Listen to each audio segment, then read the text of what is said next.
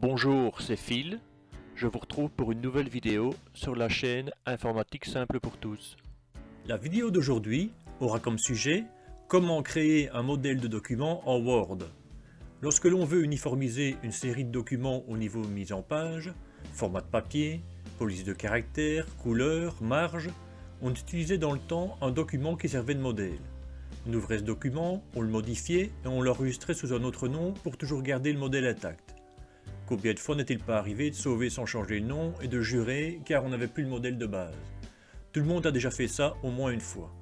Il y a une manière plus propre de travailler qui existe depuis les premières versions de Word et qui consiste à travailler avec des modèles, ou templates en anglais. On crée un document vierge, on y adapte tout ce qu'il y a en commun aux différents documents qui devront être créés avec ce modèle, taille du papier, police de caractères, marge, un logo, un tableau, un formulaire, une photo. On sauvegarde le tout sous forme de modèle que l'on pourra utiliser par la suite. À savoir que cette manière de faire est bonne aussi pour Excel et PowerPoint. Passons à la démonstration.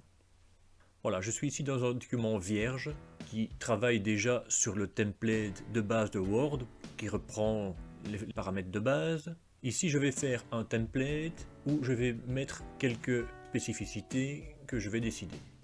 Imaginons que je veuille avoir de l'Arial Black par défaut et travailler en 14 pixels pour la police de caractère. Je veux, parce que ça sera nécessaire dans le document, travailler avec la couleur bleue. Je veux également, au niveau de la mise en page, ça sera sur une taille de feuille A3 qui sera en paysage. Je veux également avoir une bordure de page tout autour.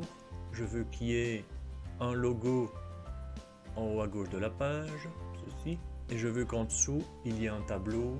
Tous les documents que j'aurai besoin par la suite contiendront ce même tableau. Insertion, tableau. Imaginons que voilà le document de base dont j'aurai besoin pour mon modèle. Donc j'ai fait quelques modifications, mais à savoir que on peut faire exactement ce que l'on veut. Et lorsqu'on a terminé, on se dit ça va me servir de document de base. Je vais le sauvegarder, enregistrer sous. Et on va choisir comme type de document modèle Word. On voit qu'il aura l'extension .docx et je vais l'appeler modèle tableau A3. On peut mettre ce qu'on veut comme nom.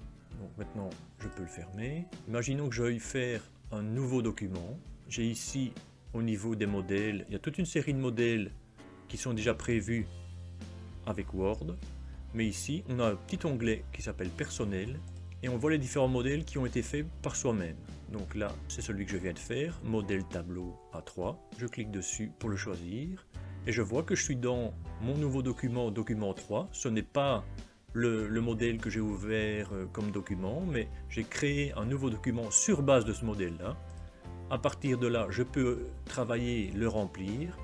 Et lorsque je vais le sauver, il aura un autre nom et il ne va pas venir écraser le modèle de départ.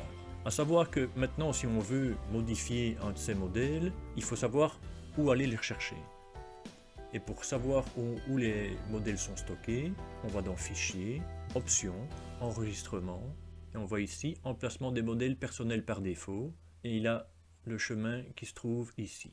Donc on peut très bien, si on fait une copie de ceci, aller les rechercher pour le modifier. Donc comme je l'ai dit, la manipulation sera la même pour Excel et PowerPoint, et à partir de là, ça permet de travailler beaucoup plus proprement.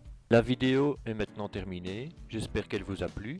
N'hésitez pas à visionner les autres vidéos disponibles sur la chaîne et à vous abonner. À bientôt pour d'autres vidéos.